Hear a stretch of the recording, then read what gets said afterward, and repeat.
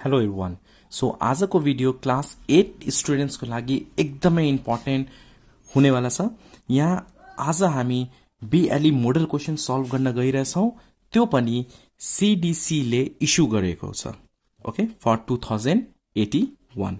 Now you can see here in question number 1 given a Venn diagram. एउटा Venn diagram यहाँ दिएको छ, दुईटा सबसेटहरू छन्, एल र एम। क्वेसन नम्बर ए मा छ डिफाइन प्रपर सबसेट। अब डिफाइन प्रपर सबसेट र डिफाइन इम्प्रपर सबसेट एकदमै इम्पोर्टेन्ट छ र यहाँबाट तपाईले 1 मार्क्स स्कोर गर्न सक्नुहुन्छ। त्यसपछि we have to write down improper subset of L. L को इम्प्रपर सबसेट लेख्नु पर्ने, फेरि 1 मार्क्स स्कोर गर्न सक्नुहुन्छ। एज वेल एज सी नम्बरमा अलिकति ध्यान दिनुपर्ने हुन्छ and you will score 3 marks from question number 1। So let's take start. हामी अहिले सीडीसी ले इस्यु गरेको छ मोडल क्वेसन, त्यो सल्भ गर्न गइरहेछौँ। नम्बर 1 ए मा क्वेसन नम्बर ए मा सुरुमा डायग्राम छ, डायग्राम बनाउनु परेन। हामीले के लेख्नु पर्ने छ यहाँनिर, इम्प्रपर सबसेट को definition. So define proper subset को definition. So define proper subset. So we can write here A is a proper subset of B if A is a subset of B but not equal to B, not equal to B. Okay, you should learn गर्नुपर्ने हुन्छ। A is a proper subset of B if A is a subset of B। ए चाहिँ be को subset हो तर equal छैन, but not equal to be, र A र be के हुन्छ, इक्वल हुँदैन। त्यस्तो खालको सबसेटलाई हामी प्रपर सबसेट भन्छौँ। ओके, नम्बर बी मा write the improper subset of L. Improper भनेको इच एन्ड एभ्री एलिमेन्ट्स लिनुपर्ने हुन्छ। So improper subset of L लेख्ने, improper subset of L is. अब एल मा कुन कुन इलिमेन्ट्सहरू छ, एल मा कुन कुन इलिमेन्ट्स छ हेर्नुहोस् त, यहाँ बी छ, सी छ, ए छ, यो पुरै यो एल को लागि। एल भित्र कुन कुन छ, ए बी सी छ। So improper subset of L भनेको के हो, A B C. Improper subset of L भनेको ए बी सी। एल भित्र लाइज हुने the elements which belongs in set L. L मा लाइज हुने इलिमेन्ट्सहरू कुन कुन छ, यहाँ बी सी र ए छ। सो ए बी सी हामी फर्ममा लेख्नुपर्छ, ABC is the improper subset of set L. Set आफै नै के हुन्छ, इम्प्रपर हुन्छ। नम्बर सी, नम्बर सी मा क्वेसनले के भनेको छ, यहाँ हेर्नुहोस् त, if EIOU are only the elements of set M. अहिले सेट एम को इलिमेन्ट्सहरू कुन कुन छ, सेट एम हेर्ने, ए पनि छ, AEIOU सेट एम को इलिमेन्ट्स। तर क्वेसनले के भनेको छ, EIOU मात्र, only the members of set M, then what type of set L and M, write with reason। अब A छैन, सपोज M मा A छैन, A छैन भने A त कमन हो इलिमेन्ट्स हो कि होइन, A भनेको L को लागि पनि हो, M को लागि पनि हो। तर क्वेसनले के भनेको छ, यहाँ EIOU are only the elements, यो मात्र, यो चारवटा इलिमेन्ट्स चाहिँ एम को लागि हो भने यो कस्तो खालको सेट हुन्छ, यो भनेको डिसजोइन्ट सेट हुन्छ, किनभने ए कमन नै हुँदैन, कुनै पनि इलिमेन्ट्स कमन हुँदैन। ए चाहिँ एम को लागि होइन, ए चाहिँ के हो, एल को लागि हो, एम को लागि होइन भने यो दुईटा सेट के हुन्छ, डिसजोइन्ट सेट हुन्छ। So we can write if EIOU are only members of set M, then set L and M are disjoint set, disjoint sets, because हामीले रिजन सहित लेख्नु पर्ने हुन्छ। किन डिसजोइन्ट हुन्छ, there is no any common elements, कुनै पनि common elements हुँदैन, त्यही भएर यो दुईटा सेट के हुन्छ, डिसजोइन्ट सेट हुन्छ। अब ए एम मा के छ, ए नै छैन, ए ले गर्दा नै यो के हो, इंटरसेक्टिङ सेट बनेको, ओभरल्यापिङ सेट भएको ए ले गर्दा, किनभने ए के छ, कमन छ, एल को लागि पनि एम को लागि पनि। तर ए सेट एममा ए नै छैन भने यो डिसजोइन्ट सेट छ किनभने कुनै पनि एलिमेन्ट्स कमन हुँदैन hope you understand this question number 1 now look at question number 2 question number 2 मा हेर्न सकिन्छ Ramdev went to the utensil shop to buy a pressure cooker. The mark price of the pressure cooker is rupees 3,900. Okay, so here MP marked price भनेको MP दिएको छ MP is equal to कति छ 3,900. Number A, if the mark price and the discount are presented by MP, mark price say MP ले denote हुन्छ discount से D ले denote हुन्छ respectively. Write the formula to find out discount percentage. हामीले यहाँनिर discount percentage को formula लेख्नु पर्ने हुन्छ. Number 2A मा discount percentage. So this discount percentage is equal to discount by MP into 100%. यो चाहिँ discount percent को formula छ हामीलाई discount percent को formula लेख्नु पर्ने formula के छ discount by MP into 100%. discount चाहिँ D ले denote हुन्छ र mark price चाहिँ MP ले denote हुन्छ. Okay up to here? Number B. Question number B मा हेर्नुस् त क्वेशनले के भनेको छ how much discount did Ramdev get while buying a pressure cooker on discount 7%. So discount percent यहाँ दिएको छ 7%. So सुरुमा हेर्नुस् त यहाँनिर MP mark price कति छ mark price is 3,900. So here we can write down here MP marked price अंकित मूल्य is equal to कति छ 3,900.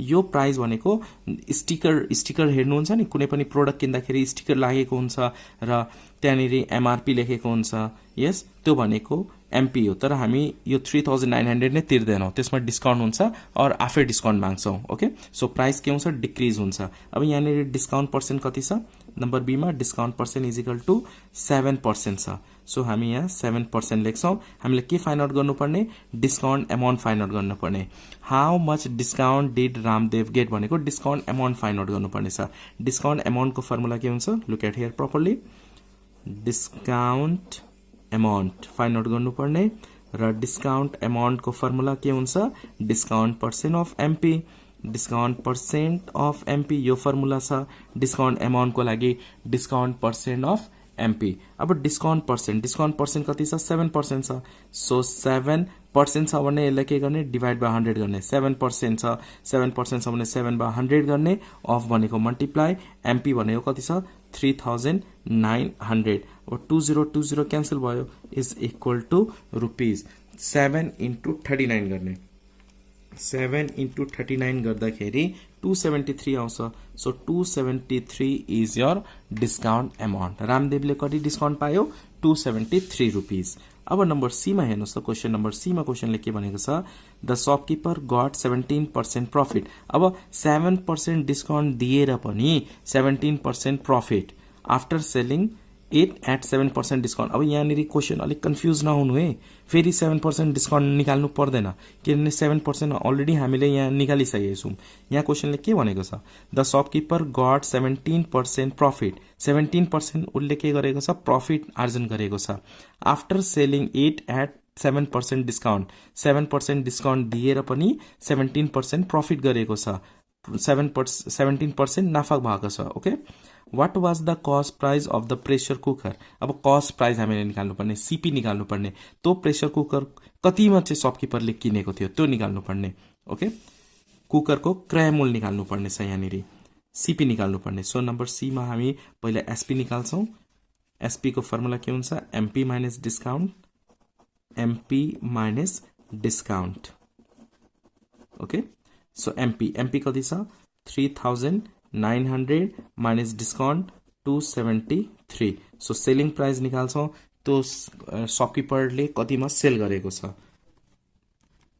3900 minus 273 3627 सो त्यो शपकीपरले त्यो प्रेशर कुकर कतिमा सेल गरेको छ 3627 तर हामीलाई के निकाल्नु पर्ने कस्ट प्राइस निकाल्नु पर्ने सीपी निकाल्नु पर्ने त्यो शपकीपरले चाहिँ कतिमा किनेको थियो So profit कति भएको छ profit percentage is equal to 17%. You can see here 17%. The shopkeeper got 17% profit. अब हामीले यहाँनिर CP निकाल्नु पर्ने छ CP को फर्मुला हुन्छ SP into 100 divided by 100 plus profit percent. यो चाहिँ सेल कस्ट प्राइसको फर्मुला एसपी कति छ 3627 into 100 divided by 100 plus profit percent भनेको 17%। अब यहाँ 17% भनेको 17/100 गर्नु हुँदैन, 17 मात्र लेख्ने हो।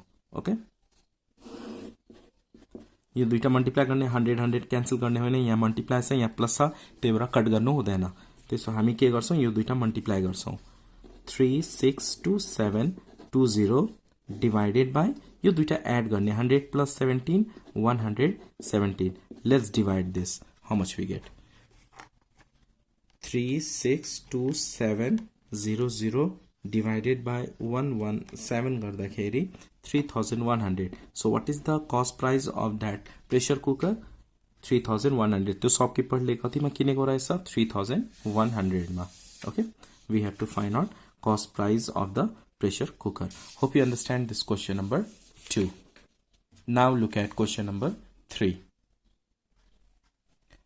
Question number 3 मा रहेको छ, Sangeeta has deposited rupees 1 lakh in a commercial bank. Deposit भनेको के हो, डिपोजिट भनेको आफूसँग भएको पैसा जम्मा गर्नु हो। ओके, सो यहाँनिर वाणिज्य ब्याङ्कमा उसले जम्मा गरेको छ कति 1 लाख रुपियाँ फर 2 इयर। टाइम भनेको कति वर्ष 2 इयर, 2 सालको लागि।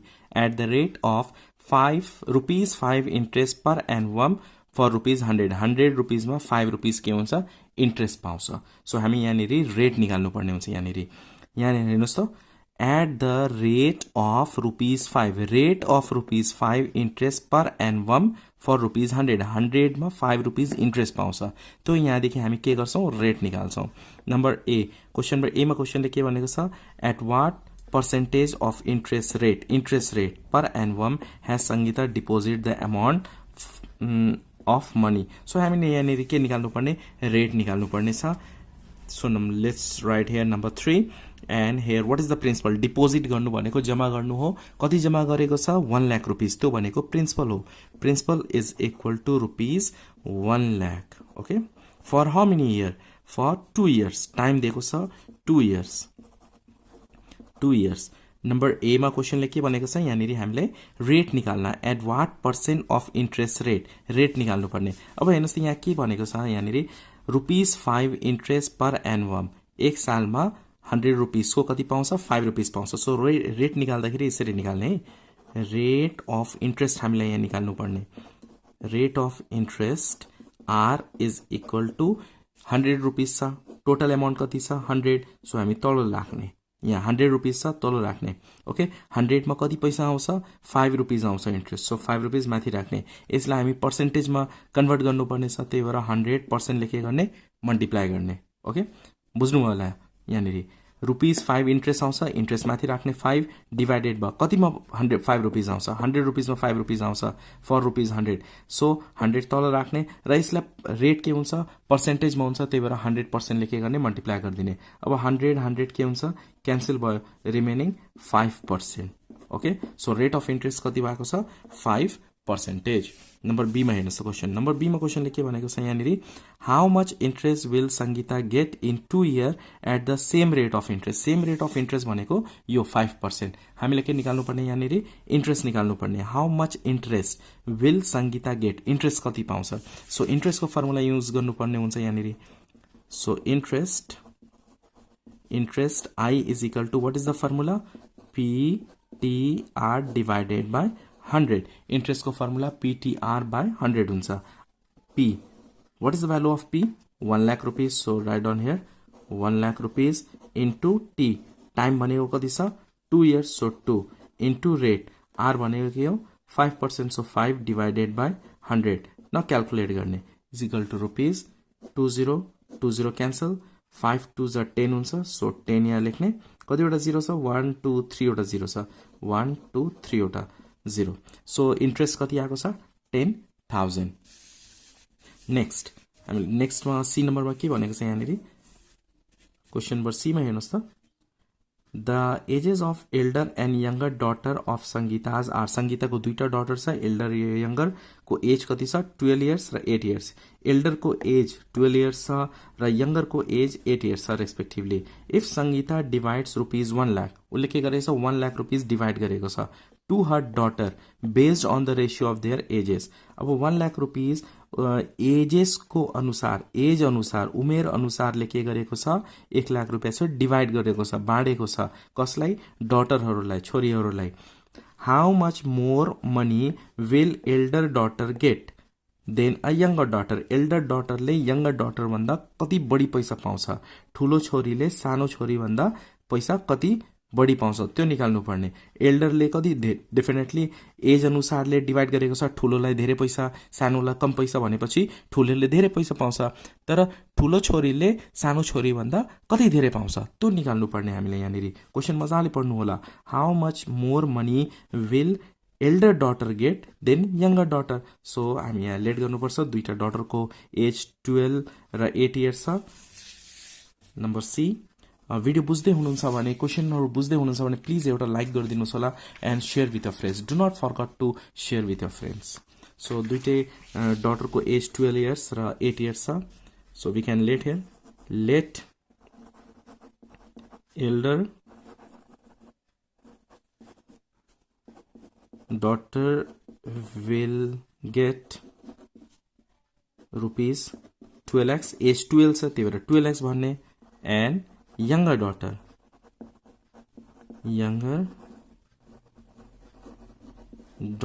will get rupees कति एज छ यङ्गरको, 8 इयर्स छ त्यही भएर 8x भन्ने यहाँनिर 8x. नाउ अब 1 लाख रुपिस दुईटै डटरलाई एजको आधारमा के गर्छ, डिभाइड गर्छ. इट मिन्स यो दुईटा एड गर्दाखेरि 12x प्लस 8x, यो दुईटा डिभाइड गर्दाखेरि कति आउँछ, 1 लाख रुपिस आउँछ. Okay, so when you add we get here 20x is equal to 1 lakh rupees. x is equal to divide गरिदिने 1 lakh divided by 20. 0 0 cancel. 2 5 10, 1 2 3 30. So therefore x को भ्यालु कति आएको छ, 5000. सो यङ्गरले कति पाउँछ र एल्डरले कति पाउँछ त्यो दुइटै निकाल्ने. देयरफोर एल्डर्स डटर अमाउन्ट और अमाउन्ट अफ एल्डर्स डटर जे लेख्दा पनि भयो. रुपिस कति छ यहाँ, 12 lakhs छ. 12 lakhs x को प्लेसमा भ्यालु पुट गर्ने. 12 into x को भ्यालु 5000 छ.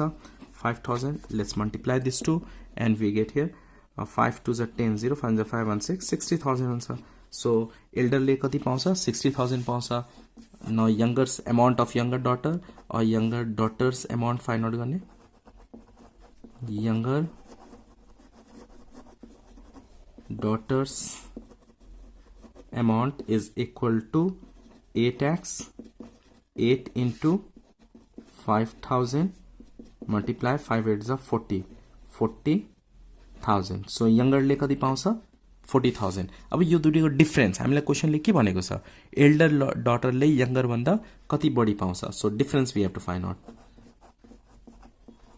Difference is equal, difference find out गर्दा यो दुईटा के गर्ने, सब्ट्र्याक्ट गरिदिने.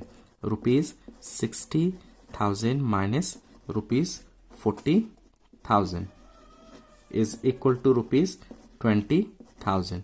So at last we have to write down, therefore elder daughter will get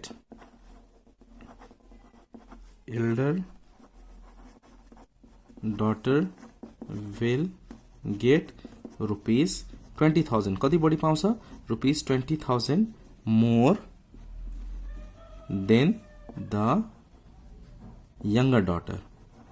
conclusion compulsory छ, यो एकदमै इम्पोर्टेन्ट छ, लेख्नु पर्ने हुन्छ तपाईलाई.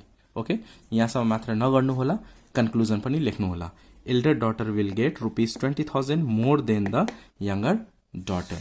Hope you understand this question number 1 2 3. Next भिडियोमा म क्वेसन नम्बर 4 देखि गर्नेछु. भिडियो मन पर्यो भने प्लिज लाइक गर्नु होला.